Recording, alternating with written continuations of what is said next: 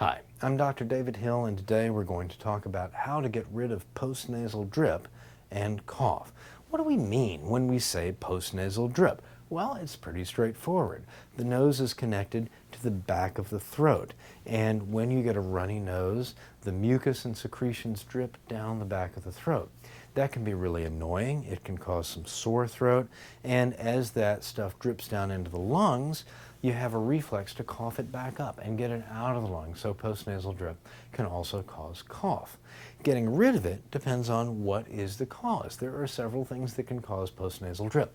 The most common is probably a cold. In medicine we call that a viral upper respiratory infection or a viral rhinosinusitis, and really the only thing to do for that is wait until it's over. Rest will help. A vaporizer may make you or your child more comfortable if they're having this. Some adults find help with a neti pot, which is like this teapot. It almost looks like a genie's lantern, and use it to introduce a little bit of saline or salt water up into the nasal passages. That can help open them up and wash them out a little bit, but don't overdo that either. Anything can be overdone. So several times a day is fine, but every 5 minutes is probably way too much. In children, the use of the neti pot has not been as well studied, and very few children are able to really tolerate it and cooperate adequately with it. Now, in young infants, you can use a little bit of nasal saline, just a little salt water dribbled in the nose, 2 or 3 drops, and sucked back out after a few seconds with a suction bulb, which may help clear the nasal passages. Now, if your runny, stuffy nose and cough are coming from a sinus infection, how do you know? Well, they've probably been going on for more than 10 to 14 days. You may have had a fever for greater than 3 days or a fever greater than 104 degrees. In these cases, we often use antibiotics. Whether the antibiotics work is another question altogether. In children, there's some evidence that antibiotics can help with a bacterial sinus infection like I just described.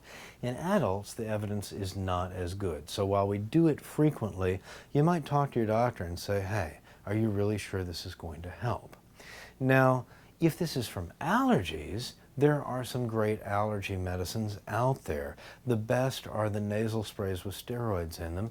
Fluticasone or Flonase is now it's not over the counter, but it is generic, so it's inexpensive and it works fantastic. But there are several other competing brands. Most of them are more expensive because they're still branded. But they work great. An antihistamine can be a helpful medicine as well. The most common and popular right now are cetirizine, Zyrtec, or loratadine, which is sold branded as Claritin. So you can use those. They don't tend to make people quite as drowsy as some of the older antihistamines, and they last longer. It may be difficult to tell which thing you've got. You may have 2 or 3 going on at once. So if your postnasal drip and cough are not getting better relatively quickly, or if there's something unusually severe about them, for gosh sake, check with your doctor and see what needs to be done. Talking about relieving postnasal drip and cough, I'm Dr. David Hill.